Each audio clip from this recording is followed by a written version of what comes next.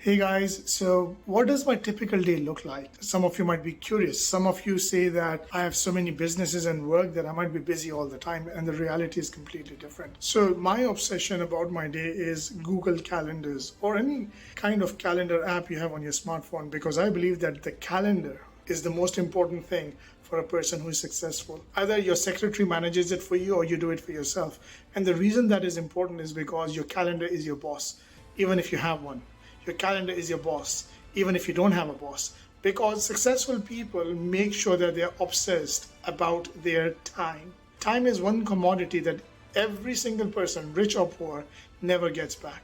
So, our obsession always, as me, as a successful person, is where is my time going? And how well am I utilizing it? And how well am I spending that time with the people I'm around? That's it. So that's my obsession when it comes to successful people or how I want to be successful from or go from where I am to the next level of success is audit your time, check your calendar, check the quality of that time, who you're spending it with. We all have 24 hours in a day. It's what we do in those 24 hours matters.